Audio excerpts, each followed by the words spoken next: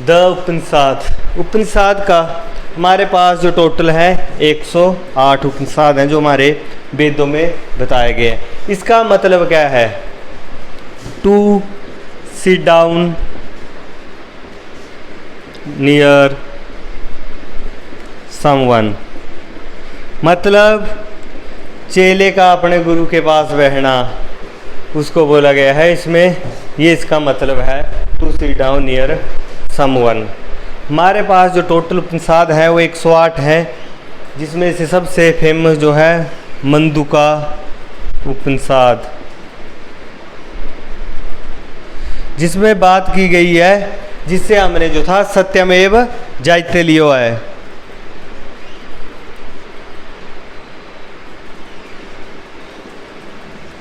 ये जो था मंदुका उपनिषद से लिया गया है। दूसरा आता है चंदुज्ञान, जिसमें जो है brief biography of Shri Krishna.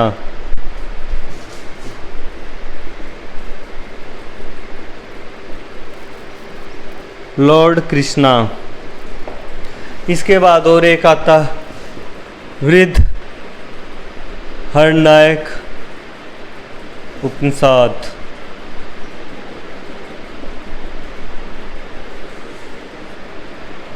अब इसके बाद बात करें तो इनमें एक और वर्ड लिखा हुआ है, the world is God and God is my soul. संसार ही भगवान है और भगवान ही आत्मा है, भगवान ही मेरी आत्मा है। अब इसके बाद यहाँ पे एक वर्ड आता है वेदंता। वेदंता का मतलब होता एंड ऑफ द वेदा।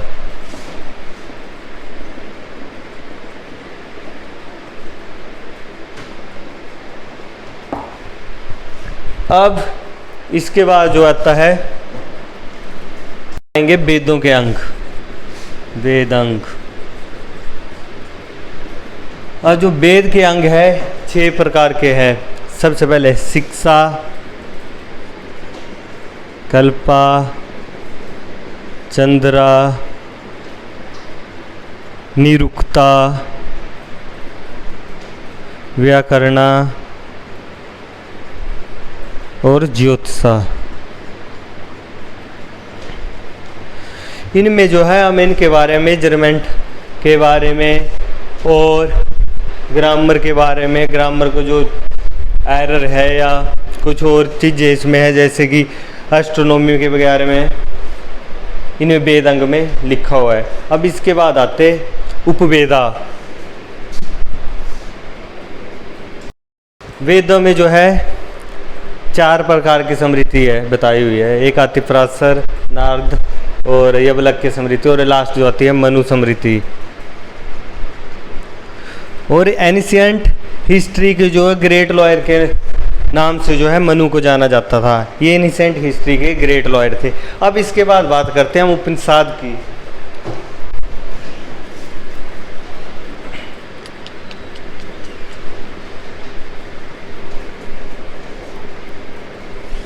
इसके बाद आएंगे उपनिषद।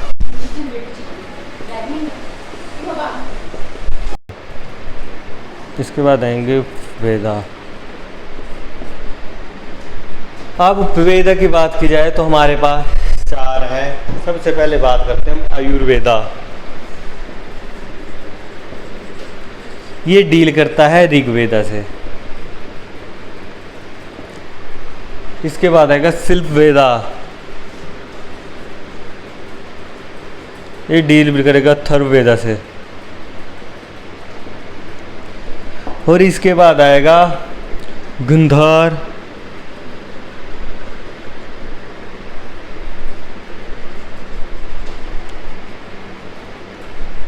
गंधार वेदा। ये डील करेगा आपका सामवेद से। जो लास्ट आता है धनुर्वेदा। जब धनुर्वेदा की बात करें तो धनुर्वेदा जो आपका डील करेगा यजुर्वेदा से।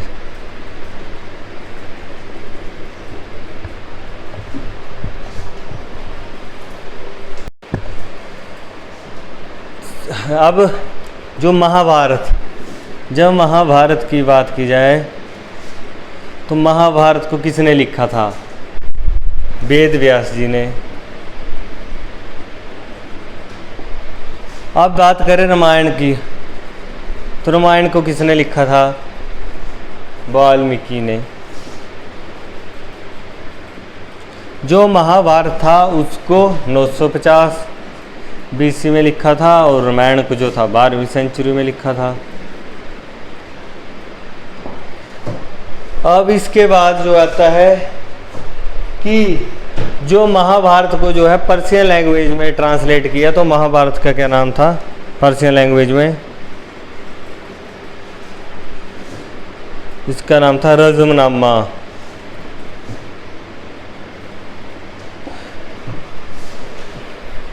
बदयूनी जो थे पर्शियन कोर्ट पोइट थे, तो इन्होंने पर्शियन जो थे इन्होंने क्या किया, महाभारत और रामायण को पर्शियन लैंग्वेज में कन्वर्ट किया था। Mahabharata and Ramayana translate into Persian language.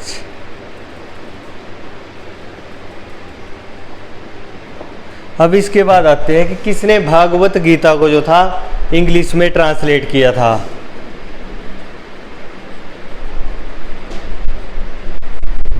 Bhagavat Gita को ट्रांसलेट करने वाले जो थे उनका नाम था चार्ल्स ब्लिंक।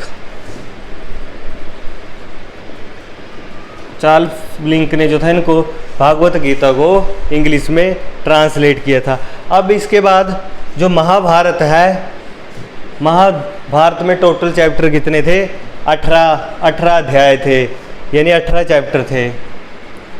और महाभारत का सबसे बड़ा चैप्टर कौन सा था? और स्मॉलेस्ट कौन सा था? 7वां था। सबसे बड़ा 17वां और सबसे छोटा 7वां चैप्टर था। महाभारत का युद्ध जो था 18 दिन चला था। अब इसके बाद एक आते हैं कवि तुलसीदास।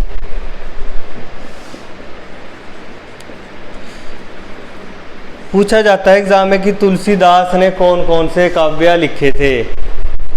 तो सबसे पहले आते हैं, इनके याद रखने का तरीका है, दो कवि राह में गीत गाते हुए। दो कवि राह में गीत गाते हुए। दो से दोहावली। कवि से कवितावली।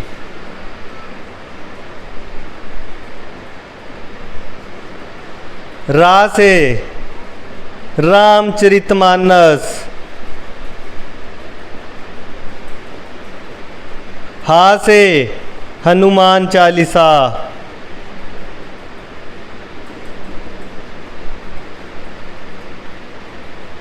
और इसके बाद गीत से गीतावली। ये इनके जो थे महाकाव्य थे जो इन्होंने लिखे थे। अब इसके बाद वेदों में जो था कई प्रकार की शादियाँ जो थी, गंधार जो मैरिज वगैरह वगैरह करके और भी थी, लेकिन जो यहाँ पे सबसे प्रमुख थी वो आती है तो अनुलोम और प्रतिलोम। अनुलोमा और प्रतिलोमा। अनुलोमा क्या था? जब अनुलोमा की बात करें तो अनुलोमा में होता था जो हायर वर्ण वाला मैन था। हायर वर्ण मैन जो था किससे शादी करेगा? जो लोअर वर्ण की जो वो मैन होगी उसके साथ क्या करेगा? वो शादी करेगा। और दूसरा आता है प्रतिलोमा। प्रतिलोमा में क्या था? ये जो लोअर वर्ण का मैन होगा वो किससे शादी करेगा? हायर वर्ण की जो वुमेन होगी।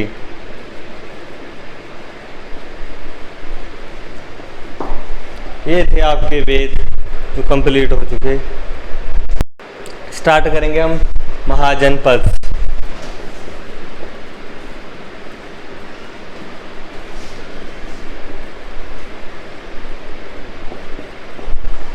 जब बात करें तो 6 BC 6 सेंचुरी BC, इस टाइम पे जो थे हमारे पास 16 महाजनपद थे। अब इनके बारे में या तो कैमरे एग्ज़ाम में 600 BC लिखा आ सकता है या तो 6 BC होगा। अब इसके बारे में हम आगे देखेंगे इनका जो पॉलिटिकल ऑर्गेनाइजेशन कैसा था। सबसे पहले बात करते हैं एक साइड जिनका वंशवाही सिस्टम था, और दूसरी साइड जो आएंगे वो वाले आएंगे जहाँ पे वंशवाही सिस्टम नहीं था।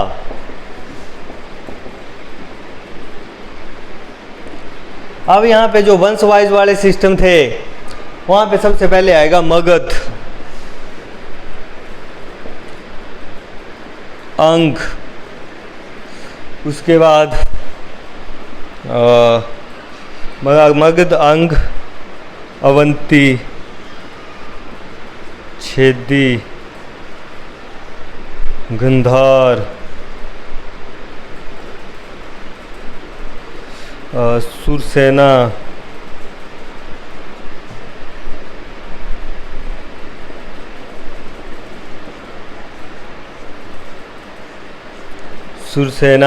और इसके बाद अवंती, छेदी, काशी,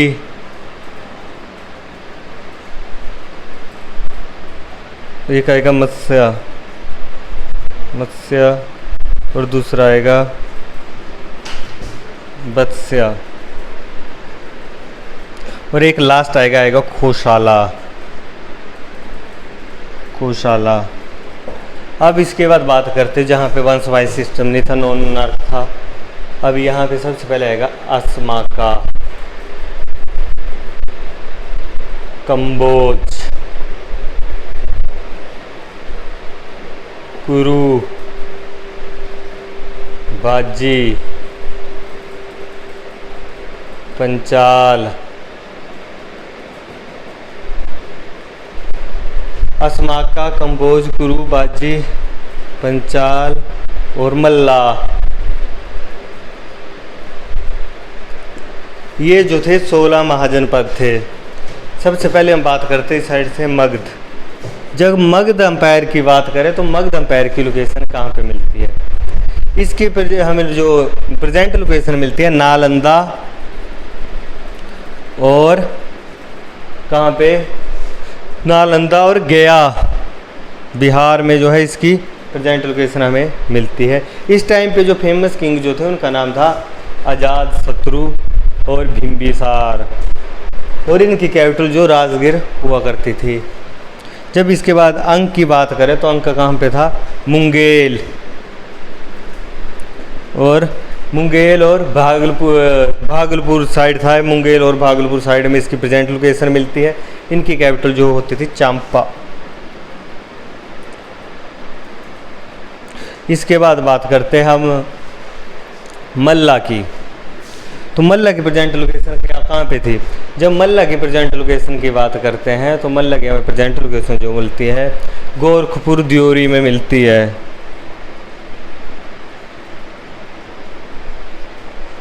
और इनकी कैपिटल जो थी कुशीनगर थी, जहाँ पे महात्मा बुद्ध की क्या हुई थी? डेथ हुई थी। अब इसके बाद आगे चलते हैं तो मल्ला के बाद जो आएगा बात करते हैं वत्स्य की। वत्स्य की जो हमें प्रेजेंट लोकेशन मिलती थी वो हमें मिलती थी कहाँ पे? इलाहाबाद, यानी इसका नाम चेंज हो चुका है प्रयागराज। इलाहाबाद और मिर्ज़ापुर।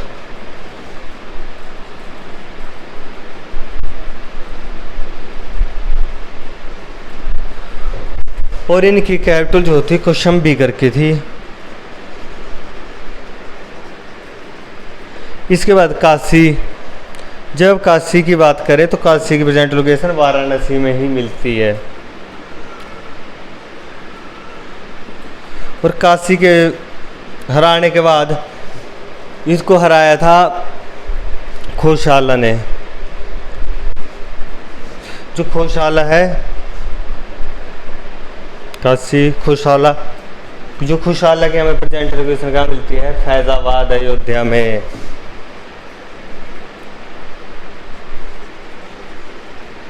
इसके बाद आगे चलते हैं हम सुरसेना, इसके पहले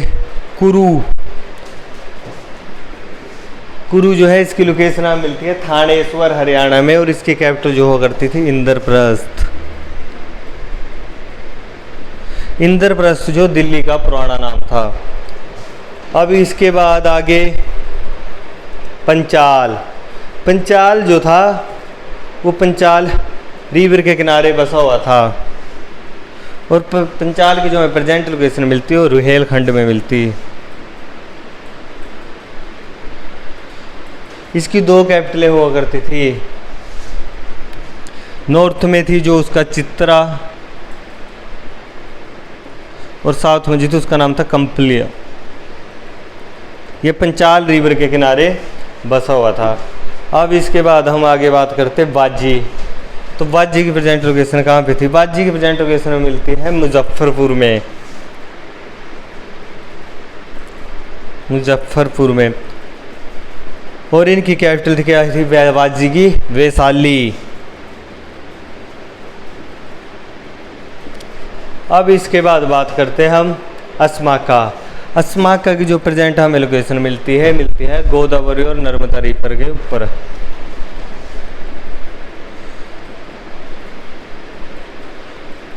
गोदावरी और नर्मदा रिवर के ऊपर, नर्मदा रिवर।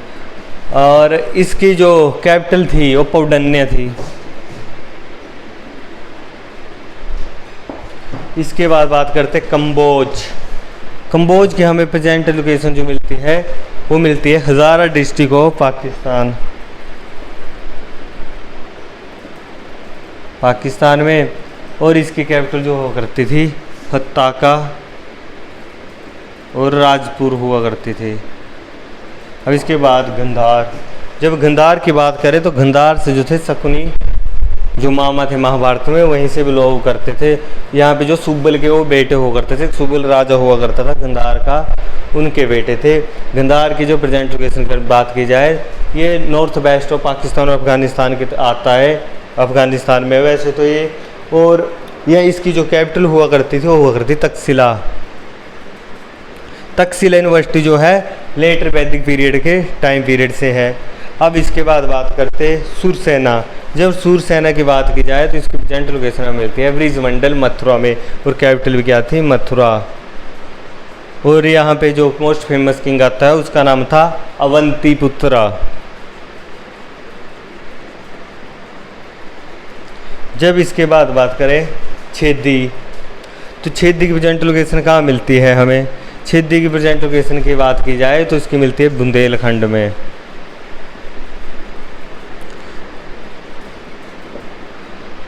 ठीक है, इसके बाद आता अवंती की जो प्रेजेंट लोकेशन मिलती है मालवा प्लेट्यू में मिलती है, और इसकी जो थी 2 कैपिटलें थी। जब इसकी 2 कैपिटलों की बात की जाए तो एक जो इसकी थी जो नॉर्थ में आती थी उसका नाम था उज्जैन, और दूसरे साउथ में जाते उसका नाम था माहिष्मती। ये जो थी इसकी 2 लोकेशनें थी।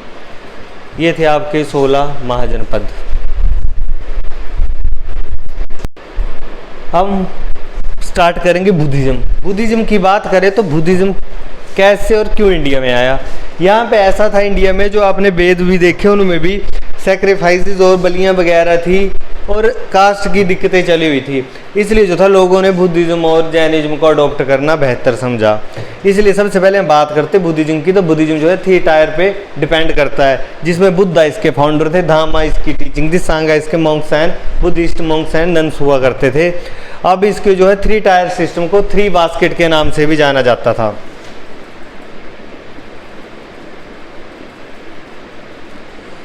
अब बात करते Buddha mean enlightening someone is known as Tathagata Shakya Muni. अब जो थे महात्मा बुद्ध जो थे शाक्य मुनि क्लेन से बिलोंग करते थे। अब जो महात्मा बुद्ध का जो बचपन का नाम था क्या था? सिद्धार्थ।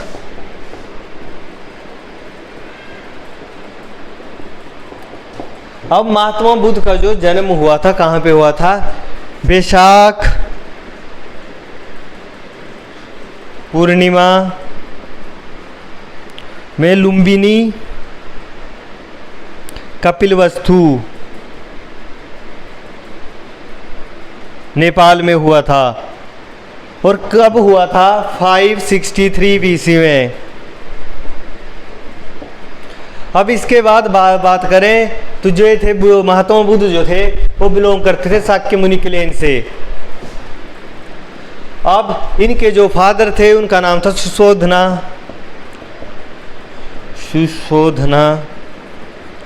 शाक्य मुनि। और इनकी जो रियल मदर थी, जब महात्मा बुद्ध का जन्म हुआ था इनकी जन्म के 7 दिन बाद ही इनकी जो माता की क्या हो गई थी? डेथ हो गई थी। जो इनकी वैसे रियल मदर थी उनका नाम जो था महामाया करके था। वो जो इनकी स्टेप मदर थी उनका नाम था प्रजापति गौतमी। और जो इनकी महात्मा बुद्ध की जो वाइफ थी उनका क्या नाम था? यशोधरा। और महात्मा बुद्ध की जब बात करें, ये 16 साल की उम्र में इन्होंने क्या कर ली थी? शादी कर ली थी। जब इन्होंने 16 साल की उम्र में शादी कर ली थी तो इनकी वाइफ किसके साथ हुई? यशोधरा के साथ हुई थी। अब इनका एक बेटा भी था जिसका नाम था राहुल। और इन्होंने 19 साल की उम्र में जो थे अपने घर बार छोड़ दिए थे।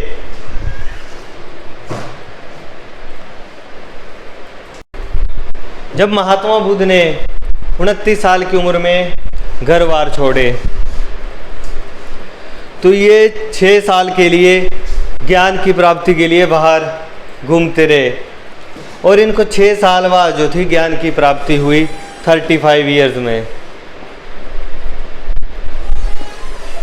और इसके बाद इन्होंने जो थे ज्ञान की प्राप्ति हुई थी उनको हुई थी 42 डेज जो इन्होंने मेडिटेशन किया था। उसके बाद जो थी इनको ज्ञान की प्राप्ति हुई थी। अब बात करते हैं इन्होंने अपने घर बार क्यों छोड़े थे। जब इनके घर बार की बात की जाए कि इन्होंने घर बार क्यों छोड़े थे तो इन्होंने डेड बॉडीज़ को देखा, बीमार लोगों को देखा, और जो बीमारी से जूझ रहे थे, कोई अलग अलग किस्म की जो समस्याएं थी उन सभी को देखा तो इन्होंने अपने घर बार छोड़ दिए। अब इसके बाद बात करते तो इनका फेवरेट चैरियट था, उसका नाम था चन्ना। जो इनका फेवरेट हॉर्स था उसका नाम था कथाका। और जो महात्मा बुद्ध के गुरु थे उनका नाम था अलोरा कलाम। और इनके जो दूसरे गुरु थे जिनका नाम था उदाका रामपुत्र। और बोला जाता है जब महात्मा बुद्ध ने घर बार छोड़े थे तो उन्होंने एक पाथ ऑफ ट्रुथ को फॉलो किया था। जब पाथ ऑफ ट्रुथ को फॉलो की बात की जाए तो उसका नाम था महाविनिष्कर्मा।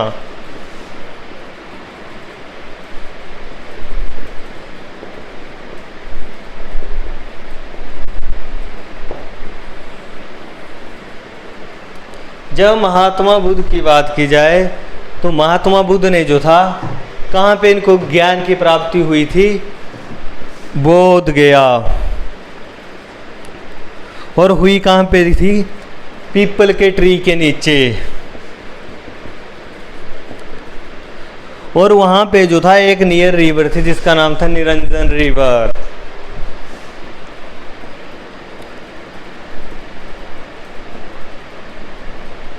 वहाँ पे जो थी इनको ज्ञान की प्राप्ति हुई थी। और इसके बाद इन्होंने जो अपना फर्स्ट सरमन दिया था, फर्स्ट सरमन कहाँ पे दिया था इन्होंने? First sermon Rijupalika. इन्होंने फर्स्ट सरमन दिया था अपना सारनाथ में, सॉरी इसने फर्स्ट सरमन जो था इनका सारनाथ में था। अब इसके बाद बात करते कि महात्मा बुद्ध का जो फर्स्ट डिसिपल था उसका क्या नाम था? तो उसका नाम आता है आनंद। इस महात्मा बुद्ध के हिसाब से सोल क्या है, एक मिथ है। मतलब महात्मा बुद्ध सोल को जो थे एक मिथ समझते थे कि एक जो है झूठ है कि आत्मा होती है। अब इसके बाद जब बात करें इनके बारे में तो इनके फर्स्ट सरमन का मतलब क्या था। जब फर्स्ट सरमन का मतलब था धर्म चक्र परिवर्तन।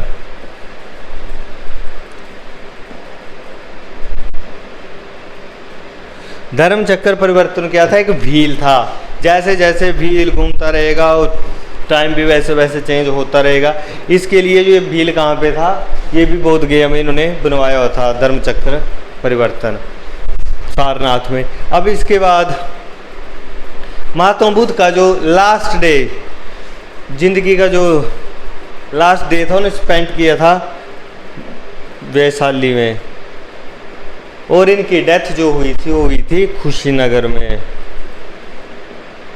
कुशीनगर। जब बात की जाए इनकी डेथ कब हुई थी, तो इनकी डेथ हुई थी 483 BC में। जब इनकी डेथ की बात की जाए तो 483 BC में हुई थी। और इनकी डेथ जो हुई थी 80 साल की उम्र में हुई थी। अब इसके बाद हम आगे बढ़ेंगे इसकी टीचिंग।